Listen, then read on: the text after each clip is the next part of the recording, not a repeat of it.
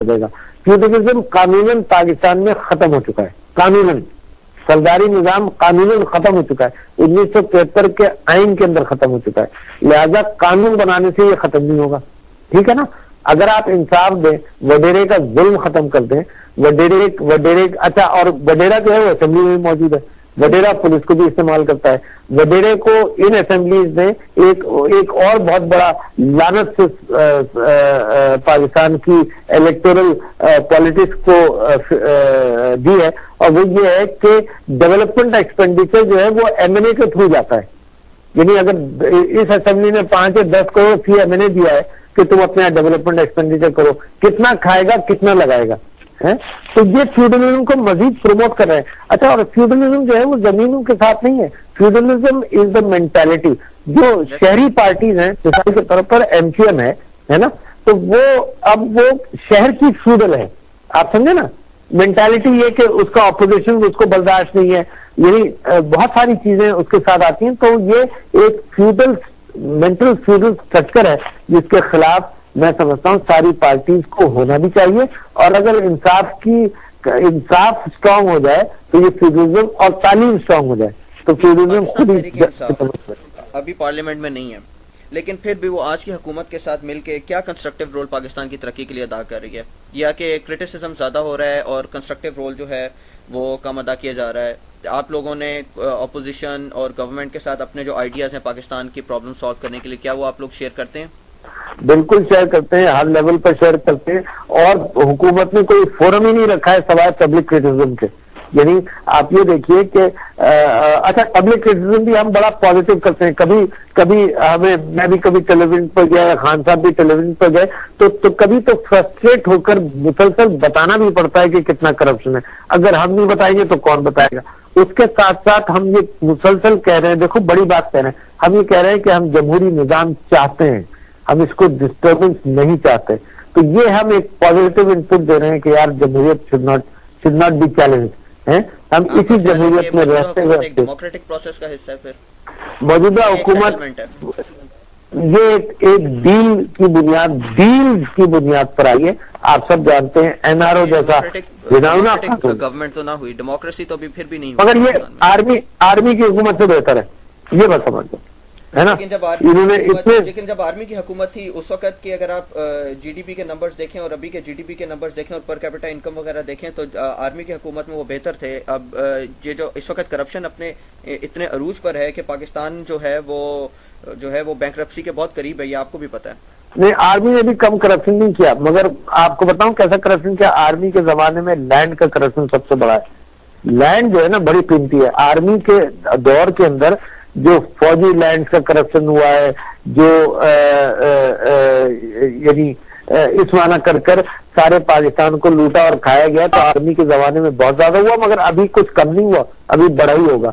तो यानी सिलसिला ये है कि जहाँ जीडीपी की बात करते हैं सब कुछ करते हैं, तो ये असल में पाकिस्तान की मईशत जो है वो अमेरिका की पॉलिसी से लिंक्ड है। अमेरिका की पॉलिसी जैसे तबाह होगी तो पाकिस्तान की मईशत भी खराब होगी। डिफेंस एक्सपेंडिचर वाला इश्यू तो बहुत बड़ा है ना, ये हुकूमत भी नहीं हैंडल कर ली। यानी जो कौमें होती हैं वो तो अपने ऊपर इन्हिसार करती हैं, खुददार होती हैं। 1947 से पहले हम लोग जो थे वो एक जो है बड़ी मजबूत कौम बन के उभरे, इसी वजह से हमें पाकिस्तान हासिल हुआ, ठीक है ना।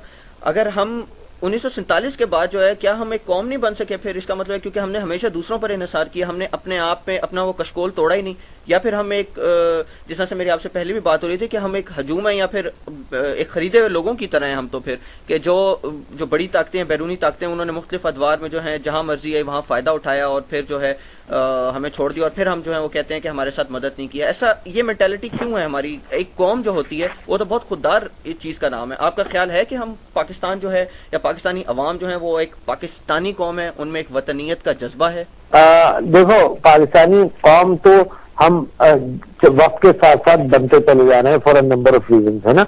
मगर पाकिस्तानी कौमियत को बैरूनी खदशात इतने हैं कि जो बलूचिस्तान वाला इशू है उसको चैन नहीं लेने दे रहे बलूचिस्तान को। बलूचिस्तान के अंदर बहुत सारे प्लेयर्स मौजूद हैं। इसी तरह से फ्रंटियर का आप हाल देख रहे हैं, फ्रंटियर के अंदर क्या हाल है हुकूमत के। हम तालिबान के उस जुल्म के खिलाफ हैं, रहेंगे, थे, है ना। और इसी तरह से हम हुकूमत से ये कह रहे थे कि जो आर्मी एक्शन तुमने किया है, तालिबान को टारगेट करो, तालिबान, ये सब हमें मंजूर था, मगर ये कि 35 लाख लोगों को बेघर नहीं करो।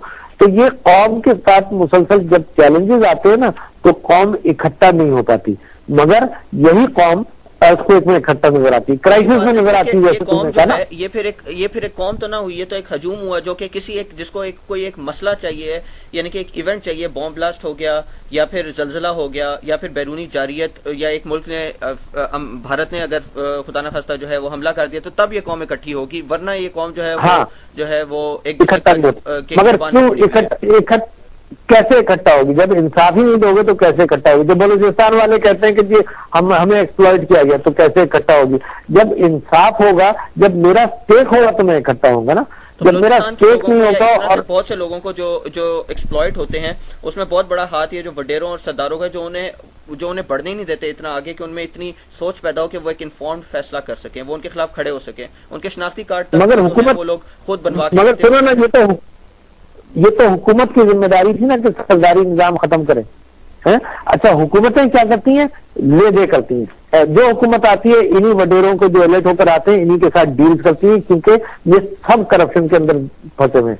यही हुकूमतें करप्शन में फंसे हुई हैं, ये वडेरे, ये सरदार, सब के सब फंसे हुए हैं। मगर वडेरे और सरदार के ऊपर मैं ओनस नहीं चाहता हूं कि जाए।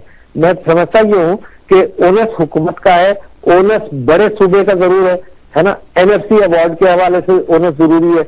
अब जैसे एनएफसी अवार्ड है, ये पॉपुलेशन पर चलता रहा है अभी तक, है ना। सारे छोटे सूबे ये कहते हैं कि देखो, हिंदुस्तान जैसे मुल्क ने एनएफसी अवार्ड की वेटेजेस बदल दी। उसने कहा कि पॉपुलेशन पर भी जाएगा। अच्छा, अगर कहीं बहुत ज्यादा बेरोजगारी है तो एनएफसी अवार्ड उसको देखेगा, अगर कहीं एजुकेशन नहीं है तो एनएफसी अवार्ड उसको भी देखेगा, अगर कहीं इंफ्रास्ट्रक्चर नहीं है तो एनएफसी अवार्ड उसको भी देखेगा, है ना। अगर कहीं जाहिलियत है तो एनएफसी अवार्ड तो ऐसा है ना जैसे अपनी औलाद होती है ना 5। अच्छा, तो आप ये कहते हो कि यार इसने तरक्की कर ली, इसको तालीम मिल गई, दूसरे को भी मैं तालीम दे दूं, तो लिहाजा मैं जिसको तालीम मिल गई उसके पास कम खर्च करूंगा, जो जाहिल है उसके पास ज्यादा खर्च करूंगा। तो ये जो अब चेंज आना चाहिए, वो जब इंसाफ करेंगे तो कौम बनती चली जाएगी, और बनने में देर नहीं है। लीडरशिप की भी तो करनी है ना, कि लीडर हो जो कौम को विजन दिखाए मुस्तकबिल का और आज के मसाइल से निकाले, कौम पर भरोसा तो करे। ये कटकोल वाली लीडर भी तो इसी अवाम में से ही आते हैं ना, जो जिसका नाम पाकिस्तानी अवाम है, उन्हीं में से ही आते हैं। तो फिर जब जिस तरह की अवाम होगी उसी तरह के उनके ऊपर लीडर आएंगे, तो फिर हमें ऐसा नहीं है, ऐसा नहीं है। मैं जो आपको मिसाल दे रहा था ना कि पाकिस्तान कितना अच्छा है, उसके अंदर यही मैं आपको मिसाल दे रहा था कि पाकिस्तान की कौम अच्छी है। 15-20 साल पहले मैं ये समझता था कि पाकिस्तान की जो कौम है वैसी लीडरशिप है। अब मुझे इस पर यकीन हो गया। आपने जो मुझे मिसाल दी, 1.9% जो है वो पाकिस्तानी जो है वो अपनी पैसे का जो है वो चैरिटी में देते हैं। इस तरह से आपने कंपेयर किया यूएस से। इससे चैरिटी देने से तो कौमें तरक्की नहीं करती हैं, ये तो एक सोशल। दूसरी बात आपने एक सुनी ना, दूसरी बात आपने खुद बयान की कि क्राइसिस में इकट्ठा होते हैं। तीसरी बात मैं आपको ये कहूं कि पाकिस्तानी कौम वो कौम है जो पिछले 100 साल से हिंदुस्तान और पाकिस्तान के कुर्बानी देने में बड़ी आगे। यानी अगर खिलाफत मूवमेंट हुआ, वहां से आप देखें, खिलाफत मूवमेंट हुआ तो तुर्की में कम जाने गई, पाकिस्तान हिंदुस्तान में ज्यादा गई। अच्छा, अगर इराक के अंदर कुछ होता है तो हमारा दिल ज्यादा जलता है, अगर अफगानिस्तान के अंदर कुछ होता है तो हमारे लोग जाने देने के लिए ज्यादा जाते हैं। इस वक्त दुनिया में कोई कौम मौजूद नहीं है जो किसी के लिए जान दे, मगर इसको खराब लीडरशिप जब मिलती है ना तो इसको जहादियों में लगा दिया, इसको लगा दिया बंबई के अंदर। लीडरशिप आती कहां से? लीडरशिप है जो कि अपना आराम और आसाइश भी कुर्बान करने को तैयार नहीं है। ये लीडरशिप आ रही है उस वडेरा क्लास से जिसको हम अब चेंज करना चाहते हैं, जिसको इंसाफ के साथ। ये स्ट्रगल इसी वजह से मुश्किल है, वरना तो बड़ा आसान होता। जब तक इस वडेरा और फ्यूडल क्लास से और एलीट क्लास से आप लीडरशिप नहीं छीनेंगे तब तक अच्छा छीनी नहीं जाएगी। यदि हमारे पास कोई बंदूक तो नहीं छीनने के लिए, हम छीनेंगे ऐसे कि हम या तो गरीब को जगाएंगे, और जगाना हमने शुरू कर दिया है, गरीब को जगाएंगे, और उसके साथ साथ हम ये जो इंसाफ की अदालत है, इंसाफ की अदालत का रोल जितना हमने बढ़ा दिया है और बहुत बड़ा कमाल हुआ है। यानी मैं आपको बताऊं कि ये कौम बनाने के अंदर बहुत बड़ी चीज है। जब इमरान खान साहब और मैं वाशिंगटन आए और जो बाइडेन साहब से और जॉन केरी से और हैरी रीड से, इन सब लोगों से मिले, तो इसमें जो बाइडेन साहब ने ये कहा कि जनाब I am proud of Pakistan, तो मुझे ख्याल हुआ कि किस बात पर कह रहे हैं। मैं समझा कि ये इस बात पर कह रहे होंगे कि पाकिस्तान